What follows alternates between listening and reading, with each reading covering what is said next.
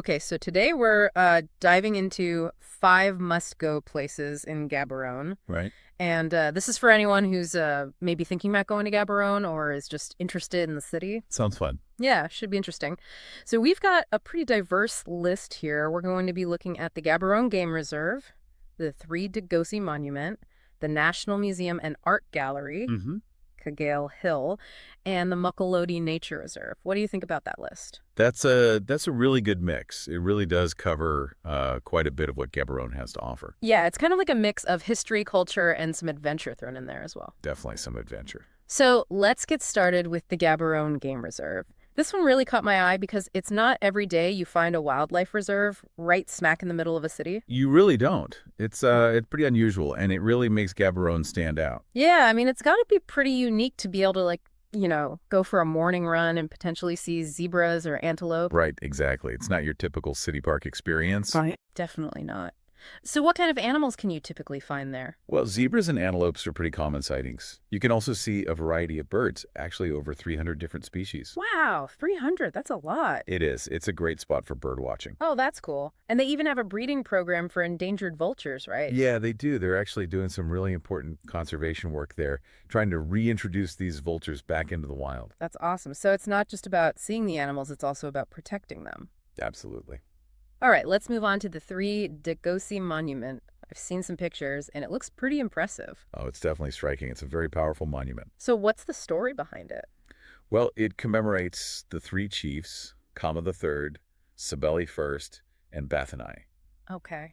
And they were instrumental in securing Botswana's independence from British rule. Wow. They actually traveled all the way to London in 1895 to petition Queen Victoria directly. Wow, that's a pretty big deal. Yeah, it was a very significant event in Botswana's history.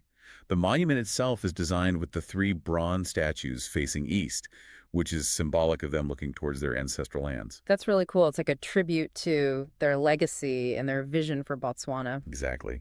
All right, next up we have the National Museum and Art Gallery.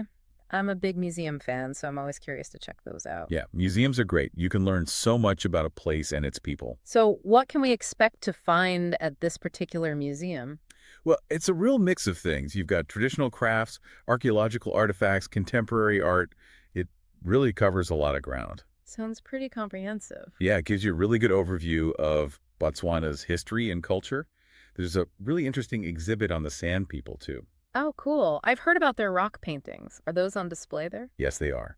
And they also have exhibits on the Sand's unique way of life and their traditions. That sounds fascinating. I love learning about different cultures. Me too. Okay, moving on to something a little more active.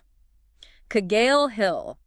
Now, I'm not much of a hiker, but even I'm intrigued by this one. Yeah, Kgale Hill is pretty popular. It's a great spot for hiking, and the views from the top are incredible. I bet. So you get panoramic views of the city? You do. You can see pretty much all of Gaborone from up there. It's especially beautiful at sunset. Oh, wow. I can imagine. It's a bit of a climb to get to the top, but it's definitely worth it. I bet. So that's one for the adventure seekers. Definitely. And finally, we have the Mokolodi Nature Reserve.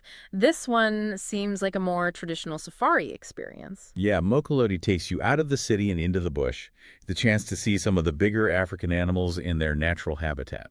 Like what? Well, they've got rhinos, giraffes, cheetahs, Oh, wow. and a whole bunch of other animals. They offer guided game drives, so you can really get up close and personal with the wildlife. That's cool. Is it just game drives, or are there other things to do there? They also have educational programs focused on conservation and environmental awareness.